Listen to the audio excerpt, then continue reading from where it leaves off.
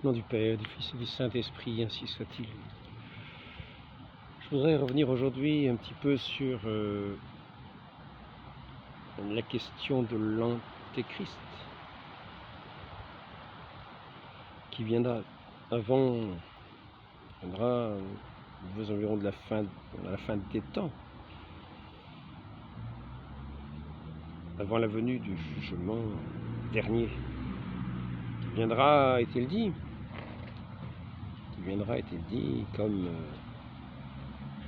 comme un voleur. Signe avant-coureur de la parousie, ce jugement. Alors ici, la parousie, la pensée de la parousie paraît de bonheur chez le Christ. Dans le Sermon sur la montagne, on en trouve une trace très nette dans la prière du Notre Père, que ton royaume arrive. Fut pour la primitive Église une prière pour demander la venue du Seigneur. L'Ancien Testament connaît déjà un jour du Seigneur. Il apparaît pour la première fois dans le prophétisme et annonce au peuple, comme à Israël lui-même, la venue de Dieu, avec comme but la double sanction. L'intention dernière de la venue de Dieu est le rétablissement, la consolidation et l'achèvement de son royaume. Le moment de sa venue s'appelle le jour du Seigneur, jour de jugement du Seigneur. Ce jour, d'ordinaire, on pense alors au châtiment des méchants et par conséquent, on représente ce moment comme un jour de colère, de tourment, de ruine, de jugement, en un mot, comme le grand et terrible jour du Seigneur.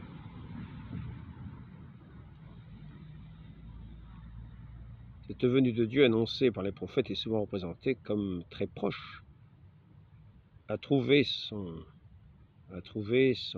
premier accomplissement provisoire dans la venue du Logos sur la terre, mais dans sa première venue, il a seulement voulu commencer l'œuvre de séparation exigée par Dieu.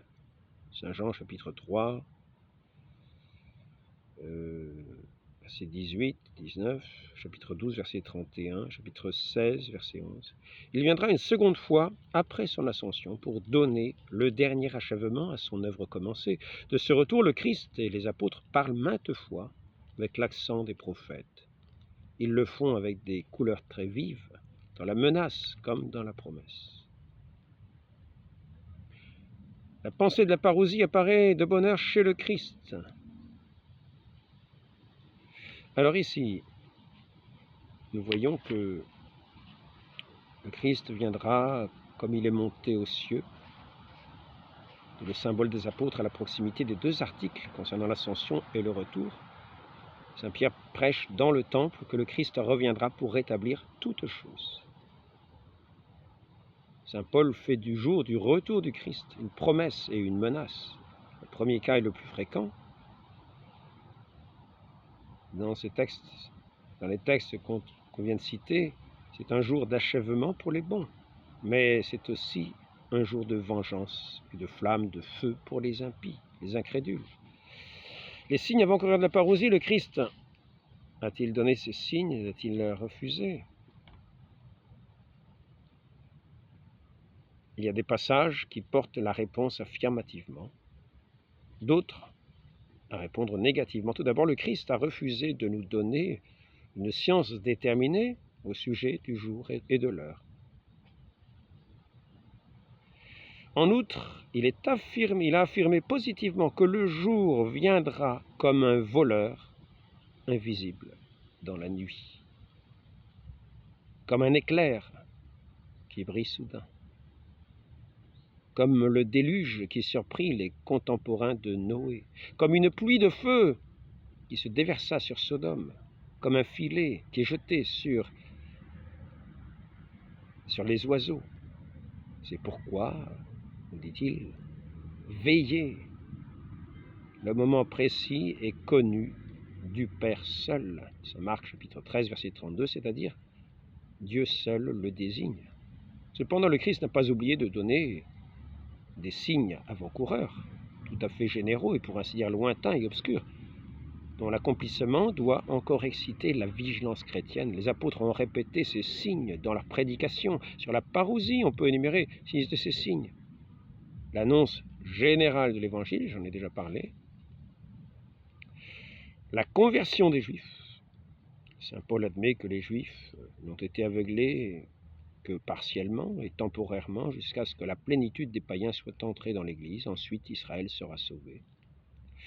3. Le retour d'Élie. Dans le prophète Malachie, on voit apparaître pour la première fois cette idée que le futur Messie aura un précurseur. Cette attente est exprimée aussi dans l'Ecclésiastique, lequel parle d'Élie. Au temps de Jésus, cette attente était générale, mais le Christ ne se prononce pas sur le retour d'Élie. Il s'accommode à la foi populaire et il dit qu'Élie est déjà venu dans la personne du Baptiste et qu'il a fait son œuvre. Saint Marc chapitre 9 verset 12, Saint Matthieu chapitre 17 verset 10 à 13. Les Juifs croyaient aussi au retour de Moïse, Deutéronome. Moïse et Élie apparaissent sous une forme supraterrestre au moment de la transfiguration. Saint Matthieu chapitre 17 verset 1 à 9. Peut-être aussi Apocalypse 11, 3, 14. On croyait également au temps du Christ, au retour de Jérémie. Saint Matthieu, chapitre 16, 14. Et d'Enoch, Genèse 5, 24. Enoch, 90, 31, etc. Esdras, 6, 26. Le Christ ne tranche pas la question. Et c'est ici maintenant que nous arrivons à la question de l'Antéchrist, car la question principale est de savoir si parmi ces événements doivent précéder la venue du jugement du Seigneur, et dont nul ne connaît la date. Luther pensait que c'était l'heure de la venue. Et comme je l'ai vu hier dans un texte, les hérétiques pensaient que cette venue de l'Antichrist viendrait dans l'Église officielle. J'étais en train de téléphoner. Non, je n'étais pas en train de téléphoner, j'étais en train de lire. Je m'apprêtais justement, je prenais des notes en vue de répondre à ce commentaire de cette personne qui a mis un commentaire. C'est pour cela que je réponds aujourd'hui par cette vidéo. Je me suis dit que ce sera aussi simple de donner quelques éléments. J'espère donner quelques éléments qui vont permettre d'éclairer, de donner quelques éclaircissements sur certains textes qui peuvent paraître douteux dans leur compréhension. Je ne dis pas douteux dans ce qu'ils sont, mais douteux dans leur compréhension. On peut très bien les comprendre d'une certaine manière, et peut-être se trompe-t-on en les comprenant de cette manière. Car nous voyons que cette manière de laquelle nous voulons les comprendre est contraire à la foi d'Église. Et je montrerai qu'il y a une manière, si l'on est attentif, qui permet de les comprendre selon la foi d'Église. Ainsi, il est dit dans ce passage, au moment où on me téléphonait, je m'apprêtais à copier, on me téléphone, j'arrête là, mais il était dit, les hérétiques, et cité Luther et d'autres, interprétaient cette venue de l'Antichrist comme s'asseyant sur le Saint-Siège, dans l'Église, comme un faux pape, qui tromperait les gens, et qui ferait l'apostasie générale de l'Église. Et là, alors je vais maintenant prendre un petit peu la note de référence de ce commentaire, Thessaloniciens, aussi 2 Thessaloniciens, 2, 3, 4. Que personne ne vous séduise en aucune manière. Et ça, je m'adresse à ceux qui... se laissent séduire de cette manière-là, en croyant que l'Église a chuté. Je m'adresse à eux. Que personne ne vous séduise en aucune manière. La foi de l'Église, que les portes de l'enfer ne l'emporteront jamais. Et c'est ce qu'enseigne l'Église. C'est ce qu'enseigne le Christ, c'est ce que dit le Christ, et c'est ce qu'enseigne l'Église. Ne croyons pas que l'Antéchrist est plus fort que le Christ. Il vient séduire, il vient tromper, il amènera une apostasie de ceux qui justement se laisseront séduire. Je vous ai dit que personne ne se laisse séduire en aucune manière. Il faut que l'apostasie soit arrivée auparavant. On ait vu l'homme de péché. Je fais une citation grossière. cet homme de péché qui s'élève au-dessus de tout ce qui est de Dieu. De tout ce qui est de Dieu. Et c'est toujours le principe de l'homme de péché. Qu'est-ce que c'est que pécher? C'est se mettre au-dessus de Dieu. C'est se mettre au-dessus de la volonté de Dieu. C'est se mettre au-dessus de la parole de Dieu. C'est toujours cela, pécher. C'est toujours mépriser Dieu. C'est toujours un péché d'orgueil et de mépris de Dieu. De déconsidération de Dieu. On se met au-dessus de Dieu, comme Dieu soi-même. On fait nos lois. C'est ainsi que, d'ailleurs, la Révolution a établi ce principe. La souveraineté est dans le peuple.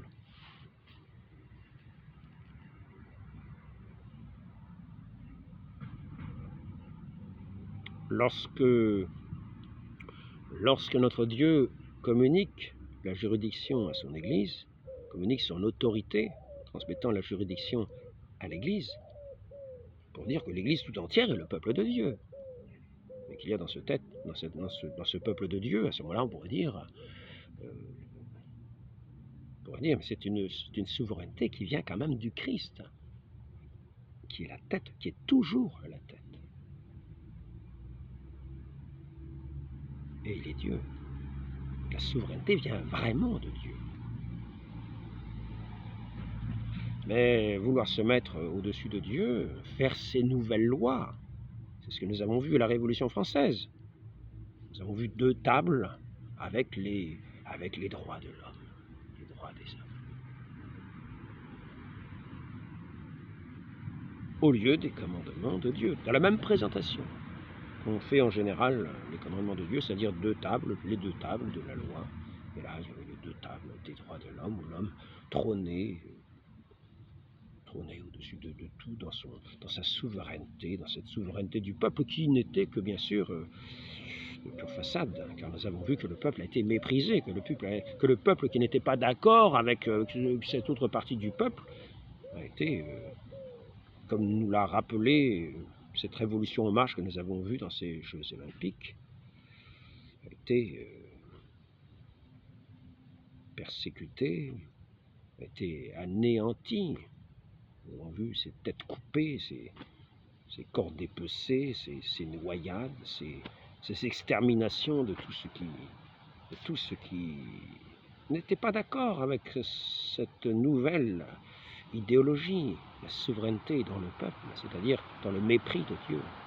Aujourd'hui, nous en voyons la pleine offense, en plein jour, blasphème. Non seulement on y a droit, mais on l'utilise à plein et à nouveau pour diviser le peuple. Car ceux qui portent plainte vont être accusés de ne pas être d'accord avec ces droits de l'homme, de refuser les droits de l'homme, d'être anti-humanistes, d'être des gens abominables. C'est ainsi que cela va paraître. La révolution est toujours en marche, la révolution agit toujours avec ruse. Je reviens. Et là, nous ne sommes pas loin de l'homme de péché.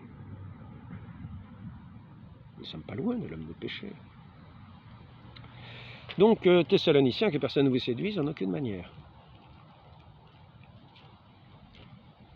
Parce que quand vous serez séduit, il n'y a pas de lumière ici, c'est étrange. Je vais essayer de mettre une autre orientation peut-être. Parce que cette séduction principale va consister en quoi? C'est incroyable, on n'y voit rien. Je vais me mettre d'une autre façon peut-être. J'ai la ronce qui est arrivée là. Ouais, je m'assieds sur la ronce. La ronce.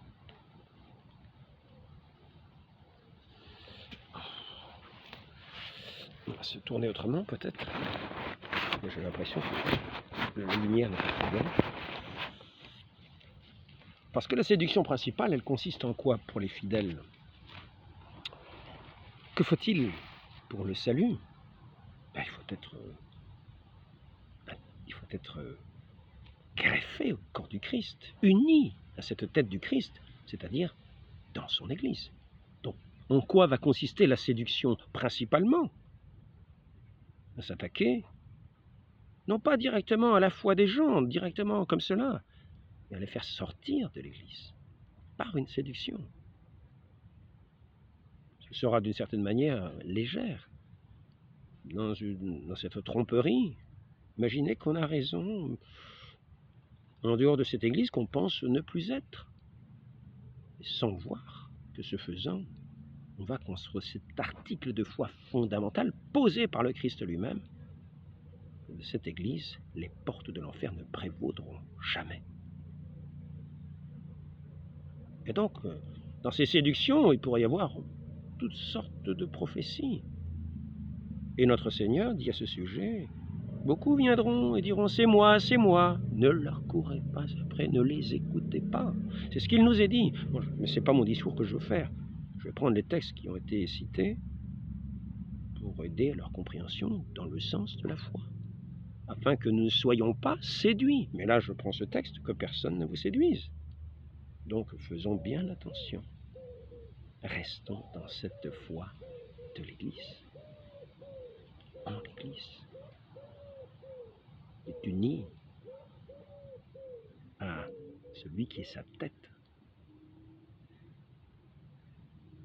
En étant ce corps du Christ, ce corps mystique du Christ. Dieu agit dans cette grâce surnaturelle. Il agit partout ailleurs dans sa grâce naturelle, pour nous appeler, pour nous convoquer à cette assemblée, cette ecclésia, cette Église sainte, qui nous fait tous un dans cet amour de Dieu, parce que l'amour réunit.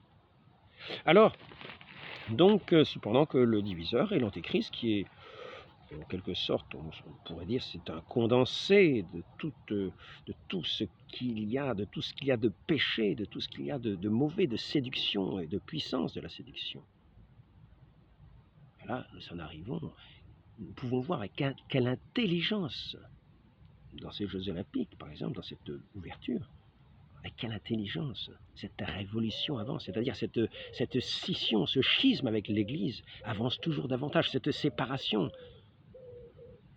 Là, on va montrer des choses qui paraissaient jusqu'à présent encore abominables, et on va, par cette occasion universellement vue, habituer les esprits à l'abomination, les rendre coutumiers de l'abomination, les apprivoiser au mal, les apprivoiser au péché, donner le goût au péché. C'est la communication des esprits, et ceux qui ne voudront pas apparaîtront comme des gens exclus de cette nouvelle, cette révolution en marche, qui sera mise sous le beau nom de justice, de droit de l'homme, de toutes ces séductions. Pour la persécution, car agissant avec les lois, pour persécuter ceux qui résisteront, par toutes les lois de phobie que nous connaissons, et qui donnent tant de censure aujourd'hui, qui pourront donner de la prison demain, voire des crimes. Donc, que personne ne vous séduise en aucune manière. Il faut que l'apostasie soit arrivée auparavant. Et là, pour le coup, nous ne sommes pas loin. Il y a une apostasie générale par rapport à ce que nous avons connu comme chrétienté par le passé. Où étaient bâties ces cathédrales à l'honneur de Dieu, de tout un peuple, de toute une nation, un roi des peuples ensemble, le roi étant le lieutenant du Christ. Il faut que l'apostasie soit arrivée auparavant. On ait vu l'homme de péché qui s'élève au-dessus de tout ce qui est Dieu, de tout ce qu'on adore, jusqu'à s'asseoir dans le trône de Dieu. Alors c'est ici qu'on pourrait se dire, ah bah tiens, voyez, il y a ce soir dans le trône de Dieu.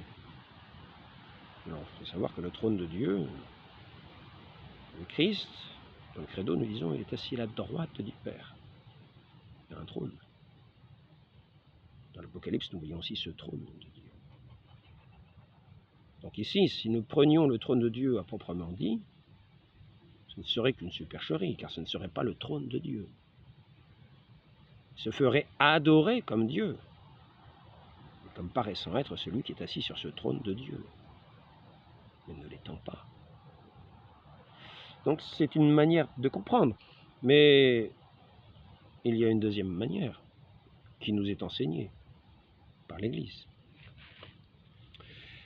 qui nous est enseigné. Alors il faut simplement que je me souvienne où j'ai écrit ce que j'ai écrit.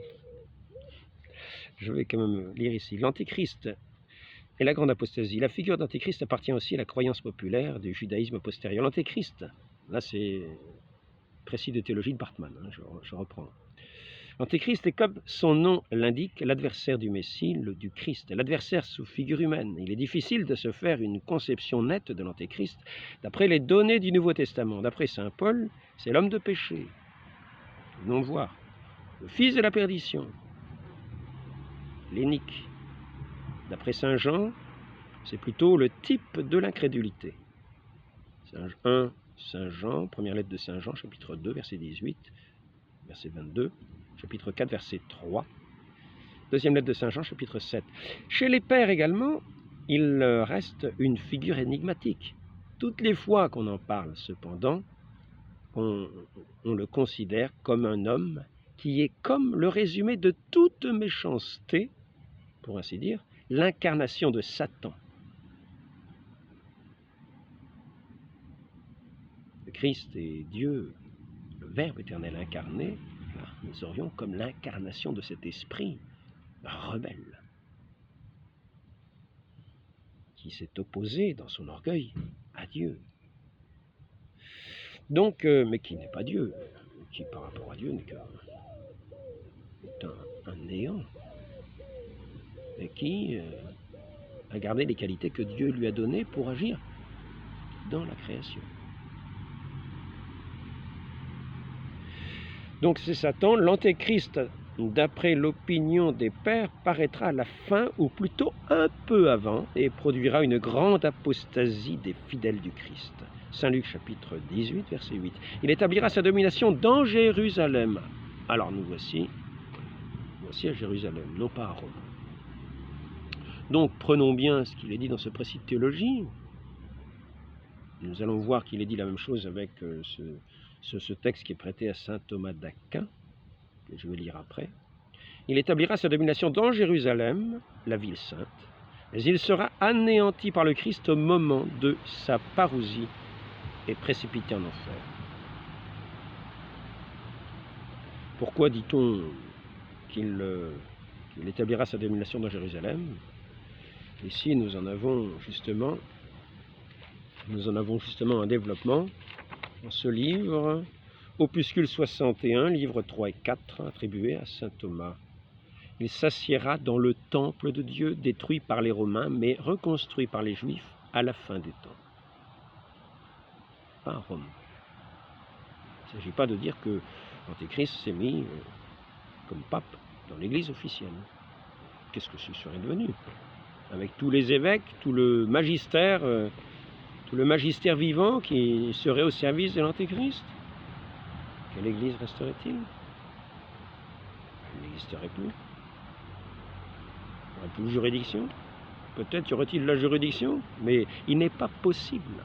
Il n'est pas possible. C'est un article de foi fondamental sur lequel nous sommes établis, sur lequel l'Église est fondée. Ce magistère, fondé par le Christ, est inébranlable. C'est la pierre de fondement. L'Église est bâtie sur cette foi de ses apôtres. Ce magistère vivant, inébranlable, indéfectible, infaillible. Ce n'est pas simplement par les qualités des hommes, non, c'est par le don du Saint-Esprit, par la présence de notre Seigneur jusqu'à la fin, jusqu'à la consommation du sexe. Ça ne veut pas dire qu'à la fin il chute.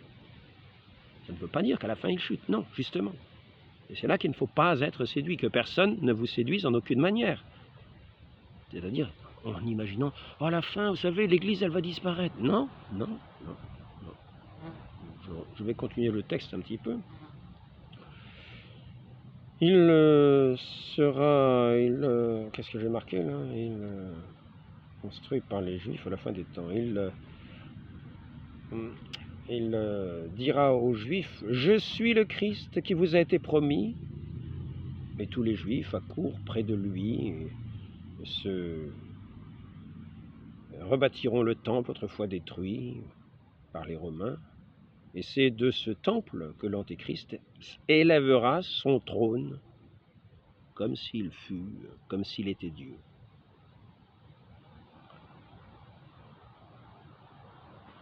Donc que nous ne nous laissons pas séduire, effectivement. N'imaginons pas que ce trône, c'est le Saint-Siège, que l'Antichrist viendra dans l'Église officielle comme étant le chef de l'Église du Christ. Alors, l'Antichrist subjuguera le genre humain par l'opération de faux comment ça s'appelle, de faux miracles.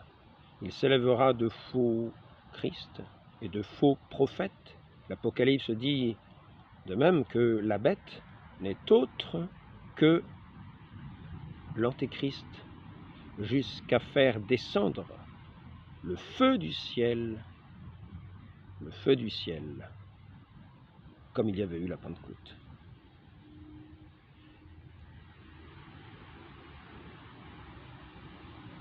Et il l'opérera par la puissance de Satan. C'est pour ça que on ne peut pas dire que Satan soit sans intelligence. Ça veut dire sans intelligence, sans ruse, sans capacité à nuire, sans intelligence du mal, pour opérer le mal. C'est pour cela que nous voyons toujours cette révolution avancer et semble comme prendre au dépourvu les fidèles, qui semblent pousser dans un coin, acculés, à être finalement coincés, pris dans des pièges, très bien dans des machinations, comme on pourrait dire, infernales. Donc, la profusion, il trompera aussi, donc par des faux miracles, il trompera aussi par la profusion de grandes largesses, il donnera du pouvoir sur beaucoup de choses, des biens, des terres, par le moyen de tourments. Les hommes ne seront pas sans secours, Enoch, Élie prêchent la pénitence, rendent témoignage à la foi du Sauveur, et finalement le Christ exterminera l'Antéchrist. Donc, faisons très attention, ne nous laissons pas séduire. Alors on me dit que saint Thomas et saint Augustin disent que l'Antéchrist va siéger dans l'Église.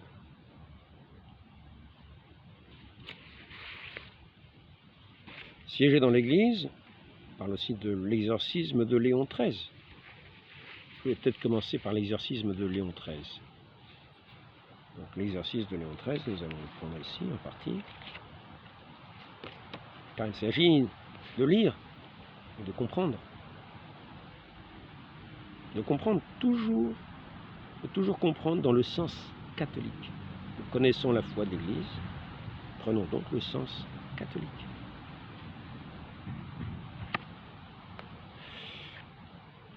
L'exorcisme de Léon XIII a été écrit en 1884. Je dis les choses parce que l'ordre des écrits avait son importance. Si un texte était écrit avant une révélation comme cela, il faut savoir que l'infaillibilité dans l'Église ne tient pas à des révélations comme ça. Ce n'est plus de l'ordre des prophètes comme il y avait avant l'Évangile. Non. Nous savons que c'est une infaillibilité négative. Il ne peut pas y avoir d'erreur dans l'énoncé. Donc l'ordre néanmoins de l'écriture a son importance. L'exorcisme de Léon XIII, c'est 1884. Là où je ne le cite pas en entier, je cite juste un passage important. Là où a été établi le siège du bienheureux Pierre. Et là, il est question de la chair de vérité. Le siège du bienheureux Pierre, la chair de vérité, pour la lumière des nations. Là, ils ont posé le trône de l'abomination et de l'impiété. Donc là, ça pourrait sembler donner raison à ceux qui pensent, ah ben voilà, le pape est installé là, et toute l'Église, les évêques, le magistère vivant qui le suit, qui est en union avec lui, c'est-à-dire toute l'Église des évêques, telle qu'elle était rassemblée autour de déjà de Paul VI, de Jean XXIII, à ce concile, et voilà. Donc là où est établi le siège de Pierre et la chair de vérité pour la lumière des nations, ils ont posé le trône de l'abomination et de l'impiété. Alors, abomination, nous voyons ici que ce n'est pas nécessairement hérésie. Impiété, ce n'est pas non plus nécessairement hérésie. Peut-être en péché, dans des péchés mortels, sans être dans l'hérésie. Pas forcément le péché contre la foi. C'est un point que je tiens à souligner. Ensuite, après ça, je ferai la jonction. On peut aussi voir que là, alors on reprend, là, ils ont posé, là où était établi le siège de Pierre et la chair de vérité pour la lumière des nations, là, ils ont posé le trône de l'abomination et de l'impiété. Et c'est ici le point important.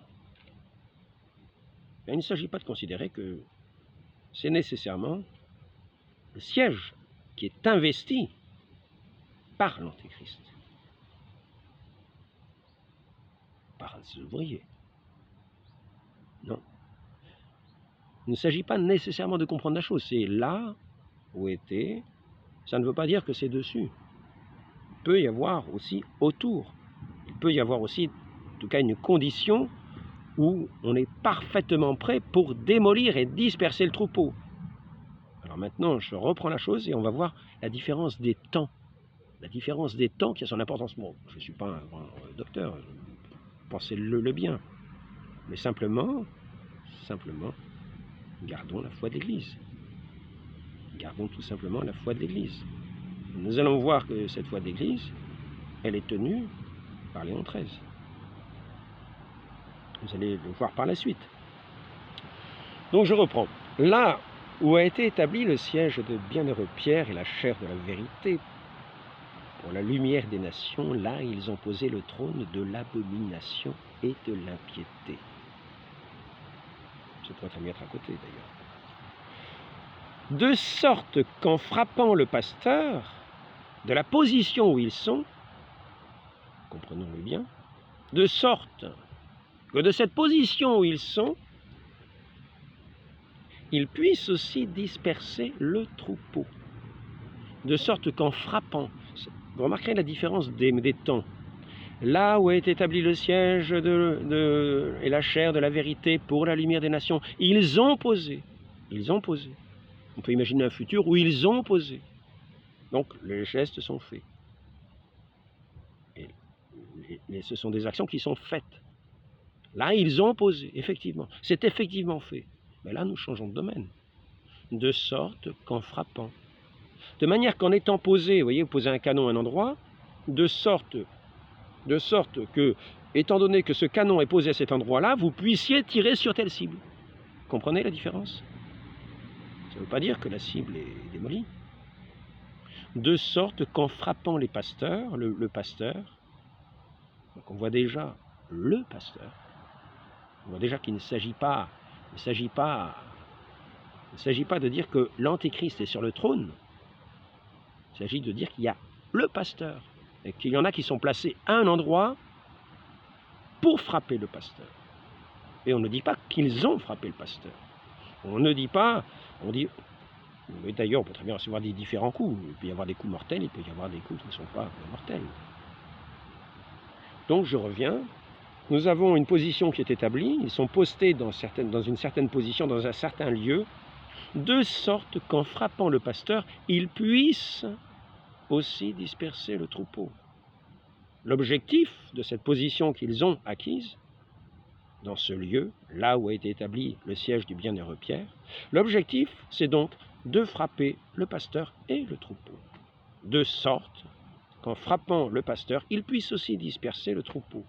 Vous comprenez? On ne dit pas que le pasteur a été terrassé. Mais l'objectif, c'est de terrasser.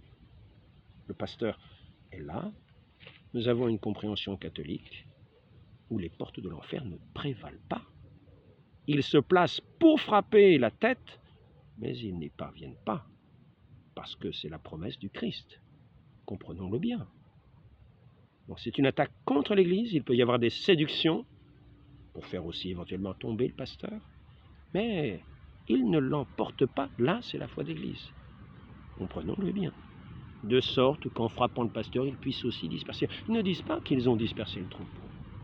Ils ne disent pas qu'ils ont frappé le pasteur et qu'ils ont dispersé le troupeau. Comme ils ont dit, là où est établi le siège de bienheureux Pierre et la chair pour la vérité, voilà, ils ont posé le trône de l'abomination, de l'impiété. Ils ont posé un trône de l'abomination et de l'impiété. Ce n'est pas celui du pasteur. Parce que le pasteur est toujours là. Ils sont là, ils ont mis leur trône, leur position le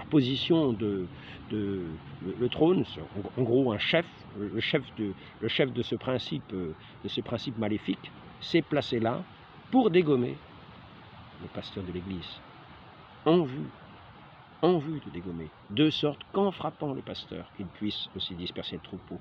Mais il n'est pas dit qu'il y arrive. Et aussitôt, nous avons la prière pour éviter cela, pour avoir le secours. Soyez donc là, chef invincible, soyez donc là, chef invincible, pour que cela ne se produise pas. Et maintenant, nous avons, dans cette même prière d'exorcisme, la foi de l'Église.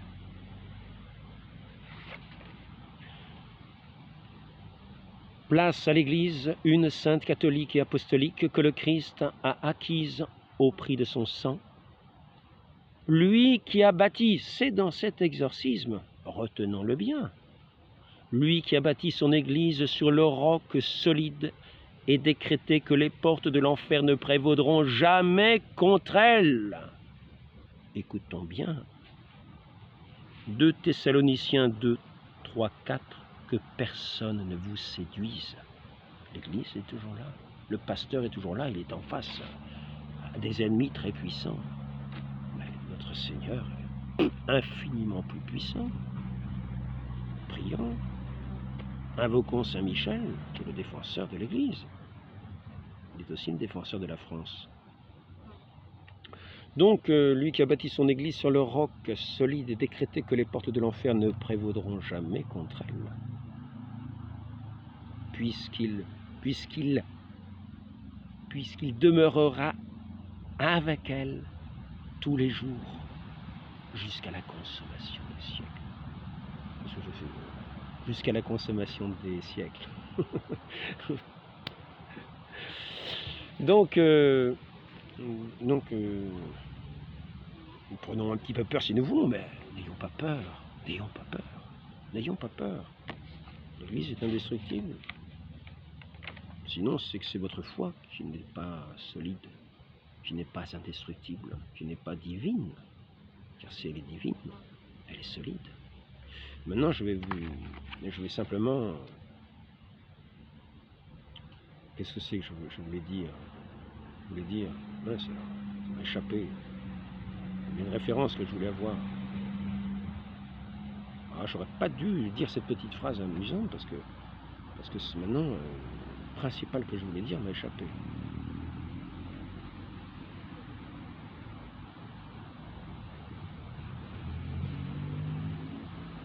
Bon, toujours est-il, nous allons voir la ressemblance qu'il y a entre eux. Donc ici, exorcisme de Léon XIII, 1884.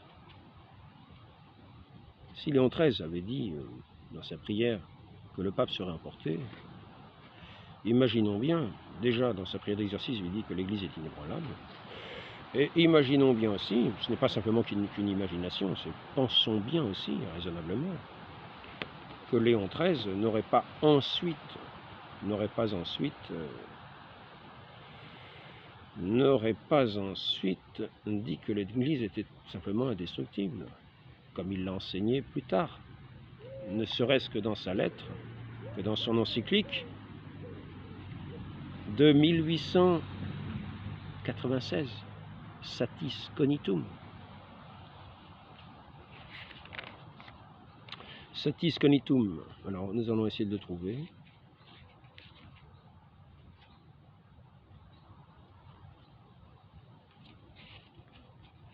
Alors, j'ai mis des repères là. J'ai mis des repères, mais je ne sais pas à quoi il correspond celui-là. Notre dit, Jésus-Christ atteigne l'Église dans un magistère vivant. Ah oui, il est là justement, Léon XIII, le Satis Cognitum. Il est évident, donc 1893, comprenons bien, les papes pensent, ne sont pas des fous. Quand il a eu cette prière d'exorcisme, dû à ce qu'il semble avoir été comme une révélation, comme une image qui lui est arrivée en tête de cette vision, ce dialogue, eh bien, si le message avait été que l'Église serait renversée, il n'aurait pas écrit Satis Cognitum tel qu'il l'écrit. Il est évident, d'après ce qui vient d'être dit, que Jésus-Christ a institué dans l'Église un magistère vivant. Qu'est-ce que le magistère vivant? L'ensemble des évêques, avec à leur tête le pape. C'est ce qu'on appelle le magistère vivant. Donc, il est évident, d'après ce qui vient d'être dit, que Jésus-Christ a institué dans l'Église un magistère vivant, authentique et de plus perpétuel. Qu'il a investi de sa propre autorité, revêtu de l'esprit de vérité, confirmé par des miracles, et il l'a voulu et très sévèrement ordonné que les enseignements doctrinaux de ce magistère fussent reçus comme les siens propres.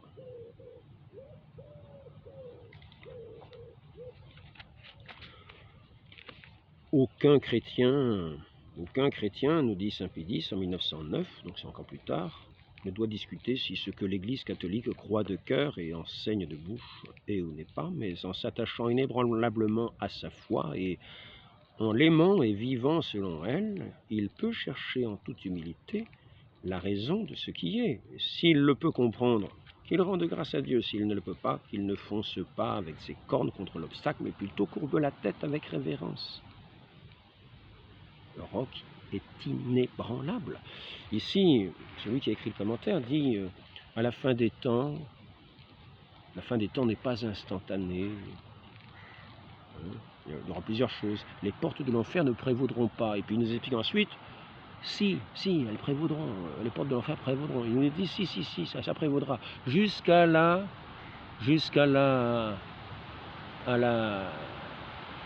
période de la fin des temps. Il met ça dans son commentaire. Il n'aura aucun pouvoir sur l'Église. Aujourd'hui, visiblement, il n'aura aucun pouvoir jusqu'à la période de la fin des temps. Il n'aura aucun pouvoir. Mais après ça, apparemment, si. Apparemment, c'est emporté. L'Antichrist est là, quoi. Donc, il n'aura aucun pouvoir sur l'Église. Aujourd'hui, visiblement, il a le pouvoir d'éclipser l'Église. L'Église visible, qui a son magistère vivant, perpétuel, indéfectible, infaillible, apparemment, c'est éclipsé.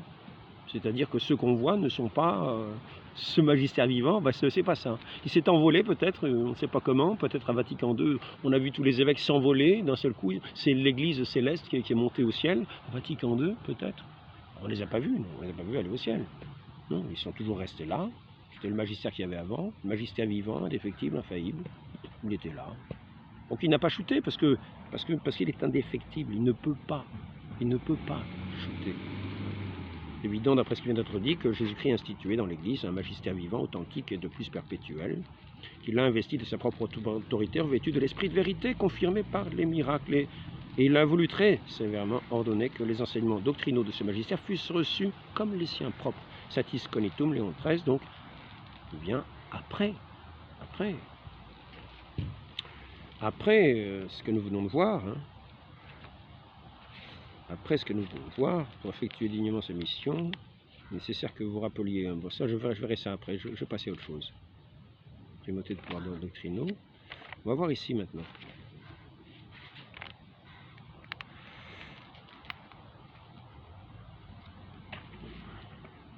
Bon, j'ai pris des notes, mais je suis vraiment pas terrible pour prendre des notes. À chaque fois, je me perds un petit peu.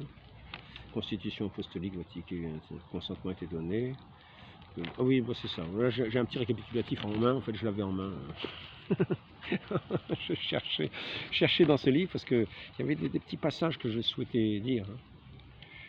L'Église pourra-t-elle manquer la Se Mortalium Animos 1926? Donc nous sommes encore après. N'oublions pas l'exercice 1884. Que personne ne vous séduise en aucune manière. Donc l'Église pourra-t-elle manquer de force et d'efficacité quand le Christ lui-même lui prête une assistance continuelle? Voici que je suis avec vous tous les jours jusqu'à la consommation des siècles. Il est par conséquent impossible que l'Église ne subsiste aujourd'hui et toujours, mais même aussi qu'elle ne subsiste pas absolument la même qu'au temps apostolique, donc elle n'est pas éclipsée. À moins de dire, à Dieu ne plaise que le Christ, notre Seigneur, a failli à son dessein, ou bien qu'il s'est trompé quand il affirma que les portes de l'enfer ne prévaudront jamais contre elle. Et à la fin, comme au début, les portes de l'enfer ne prévaudront jamais. Les mots ont un sens, c'est jamais. Donc ici, l'élection du pape, magistère ecclésiastique et infaillible dans l'annonce de la vérité divine. Je vais lire d'autres petits passages de ce genre. Même en cas de vacances apostoliques, les fidèles demeurent enseignés et gouvernés par leurs évêques légitimes, qui ont reçu du pape la juridiction pour enseigner et gouverner. C'est du Concile de Trente, chapitre 7, et aussi dans Ad Apostolorum Principis de Benoît XV. La communion d'un homme avec l'Église catholique ne consiste nullement dans un simple matériel de mots, mais elle consiste dans les œuvres et dans la vérité. Quiconque donc résiste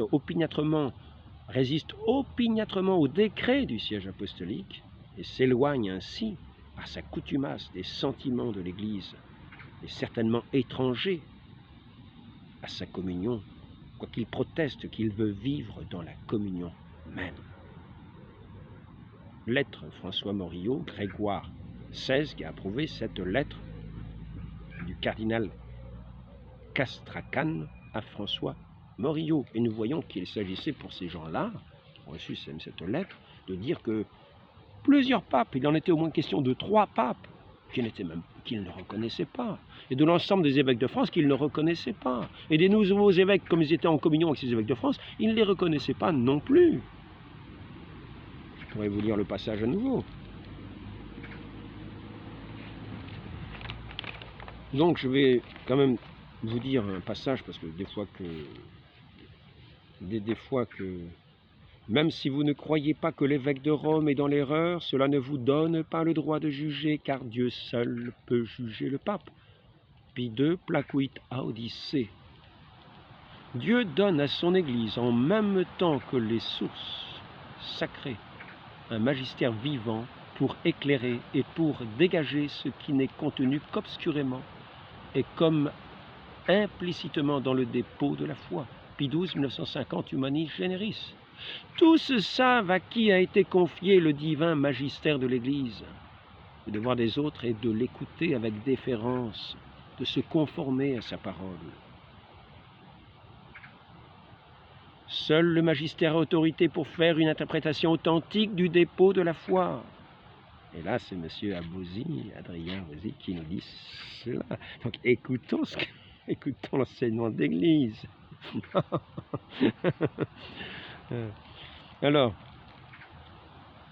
aucun chrétien ne doit discuter si ce que l'Église catholique croit de cœur et professe de bouche, et ou n'est pas. C'est Pie X, 1909. Scruter les actes épiscopaux, les critiquer n'appartient nullement aux particuliers, mais seuls ceux qui sont dans la hiérarchie sacrée ont un pouvoir supérieur. Et on dit que c'est révolutionner l'Église. Faire une révolution, bouleverser l'Église, que chacun se mette à discuter de tout. Maintenant, négatif, magistère ecclésiastique est infaillible dans l'annonce de la vérité divine. Hein.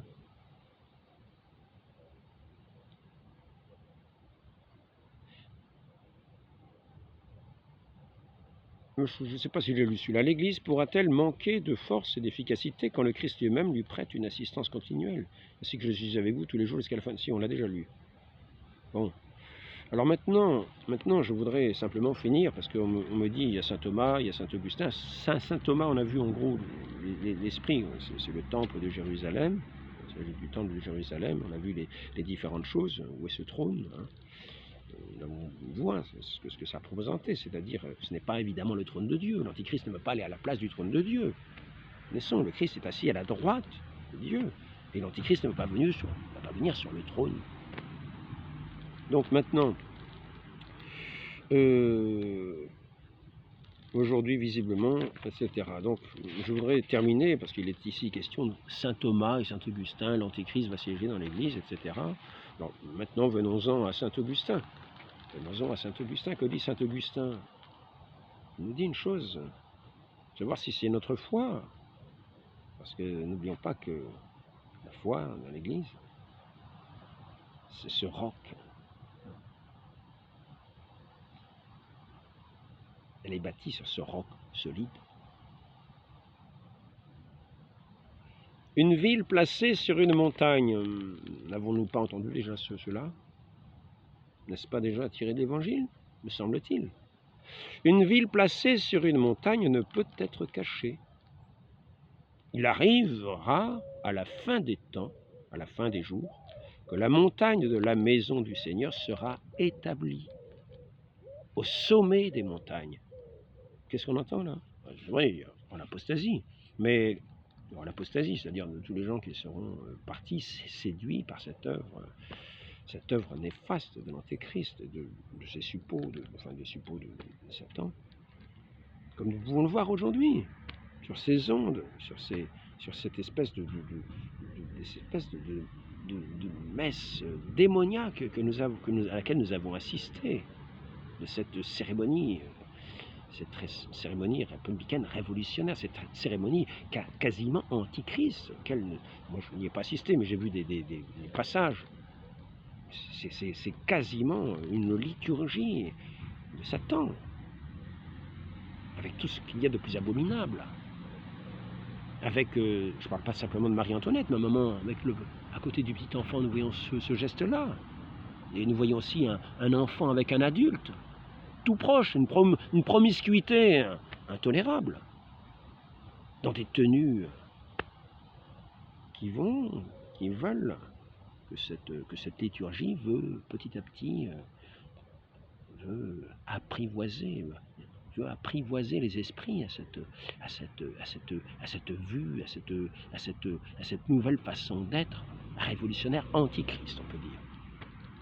Donc une ville placée sur une montagne ne peut être cachée. Il arrivera à la fin des jours que la montagne de la maison du Seigneur sera établie au sommet des montagnes. Isaïe, chapitre 2, verset 2. Qu'est-ce qui est aussi manifeste qu'une montagne? Alors, est-ce que c'est éclipsé, la montagne? Elle est éclipsée, la montagne? Et là, il est dit, cependant, il y a aussi des montagnes inconnues. Ah, bah voyez, elle peut être éclipsée, la montagne, dont saint Augustin nous dit peut-être ça aussi. Mais il n'en est pas ainsi de cette montagne, parce qu'elle remplit toute la place de la terre. Une épître, Saint Jean, chapitre 1, verset 13, M35, 1988. Bartman aussi, paragraphe 148, page 205. Et de saint Augustin d'ajouter, cette église n'est plus, parce que tu n'es plus en elle. Ce n'est pas l'église qui n'est plus, c'est vous qui avez perdu la foi. Vous n'êtes plus en elle. Revenez en elle. Que personne ne vous séduise en aucune manière, car la perte, c'est d'être exclu de l'Église. Le catéchisme de 1992 nous l'enseigne.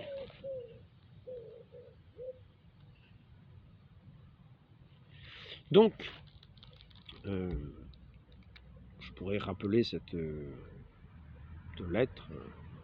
Je tiens à rappeler aussi donc, ce message, ce règne n'aura pas de fin, est-il dit, de celui de notre Seigneur. Et son règne n'aura pas de fin. Nous n'imaginons pas que l'Antichrist va y mettre une fin. Nous n'imaginons pas que l'Antichrist va y mettre une fin. L'Église a pu prendre une forme, une liturgie différente. Mais ça, le décret du pape a toute autorité sur ces choses-là.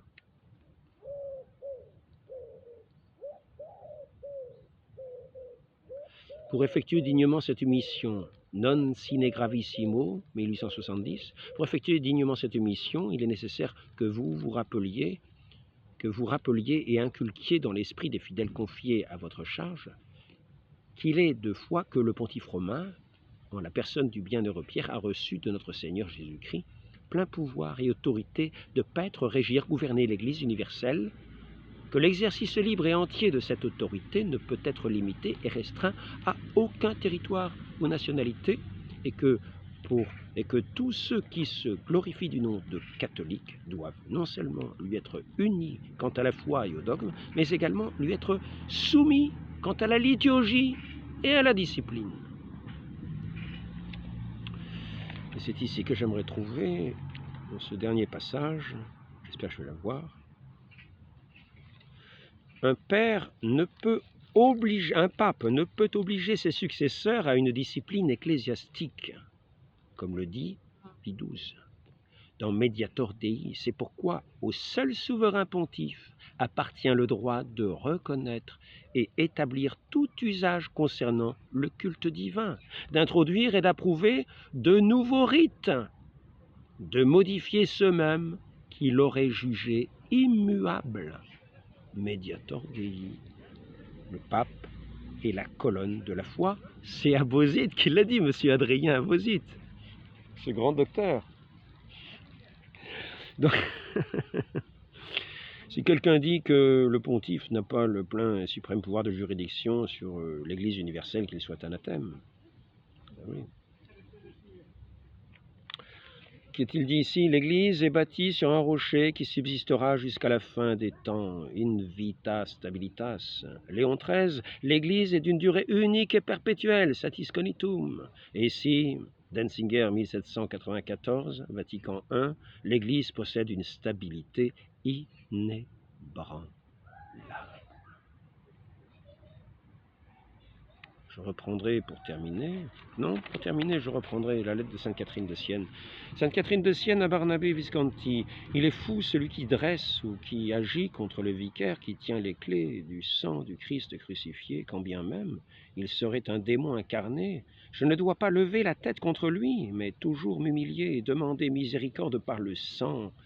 Et ne faites pas attention à ce que le démon vous proposera, et vous a déjà proposé sous couleur de vertu. Que personne ne vous séduise en aucune manière. 2 Thessaloniciens 2, 3, 4. Sous couleur de vertu, c'est-à-dire de vouloir faire justice contre les mauvais pasteurs au sujet de leurs défauts. Ne vous fiez pas aux démons, n'essayez pas de faire justice de ce qui ne vous regarde pas. Dieu ne veut pas que ni vous, ni personne d'autre s'érige en justicier des ministres. Il s'est réservé le jugement et il a réservé à son vicaire. Si le vicaire ne faisait pas justice, nous devons humblement attendre la punition et la correction de la part du souverain juge, Dieu éternel. Donc je recommence à lire cette citation de saint Augustin. Cette Église n'est plus, dites-vous. Ou bien c'est peut-être vous seul, mais le magistère disparu, s'est éclipsé. Une ville placée sur une montagne ne peut être cachée. Cette Église n'est plus, parce que tu n'es plus en elle. Revenez, revenons, Revenons, cessons ces mirages de toutes ces prophéties avec des interprétations diverses. Il en viendra beaucoup, mon nom, qui diront « c'est moi, venez, venez ». Notre Seigneur dit « ne les écoutez pas ». Il a fondé son Église, envoyé ses apôtres jusqu'à la consommation des siècles, afin de toucher toute créature.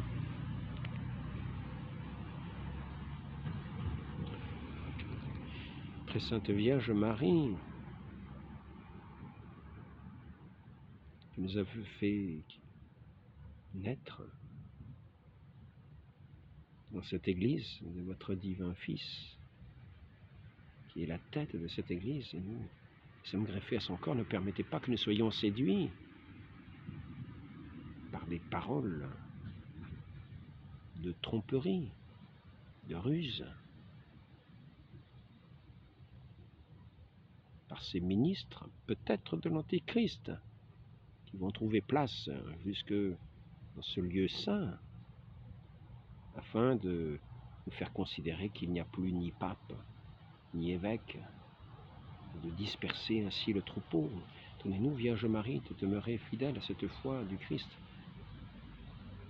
Il nous a annoncé que les portes de l'enfer ne prévaudraient jamais sur votre Église. Ô Marie conçue sans péché, priez pour nous qui avons recours à vous. Au nom du Père et du Fils et du Saint-Esprit. Amen. Cette Église dont vous êtes la mère. Amen.